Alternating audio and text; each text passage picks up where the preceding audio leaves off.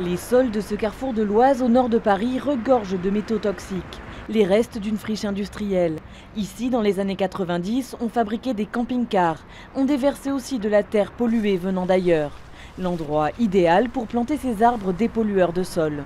On a des saules d'évaniers qui sont donc des arbres en fait qui poussent très rapidement, qui font beaucoup de biomasse en quelques années et qui ont surtout la particularité donc d'accumuler en fait les métaux, deux métaux en particulier, le zinc et le cadmium. Si d'autres plantes bloquent les métaux aux racines, le saule facilite plutôt leur absorption par la sève jusque dans les feuilles. C'est la portion la plus mobile des métaux, donc la plus à même de salir les nappes phréatiques, qui est ainsi absorbée. Une expérience menée par des chercheurs français qui a séduit la CAC, l'agglomération de Creil.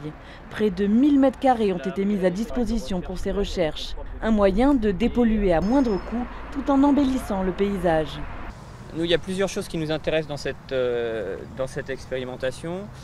D'abord, on a beaucoup de sites industriels, encore en activité ou déjà en friche, qui le plus souvent sont des sites avec de la pollution sur les sols. Et un des enjeux de l'agglomération, c'est de pouvoir reconquérir ce foncier pour réaménager la ville. Les échantillons prélevés sont ensuite séchés puis broyés pour analyse. Après 2 ans d'expérimentation, les premiers résultats sont prometteurs. Chaque année, les plantes accumulent davantage de métaux. 4 fois plus de zinc que l'an dernier et 2 fois plus de cadmium. Sur l'aspect dépollution, on a encore 4 ans de convention avec la CAC. Donc on espère d'ici là avoir des résultats encore plus probants, de façon à pouvoir effectivement bien refaire cette expérimentation à d'autres échelles et éventuellement dans d'autres villes. On est déjà sollicité en fait pour notre expertise sur cette problématique par d'autres villes.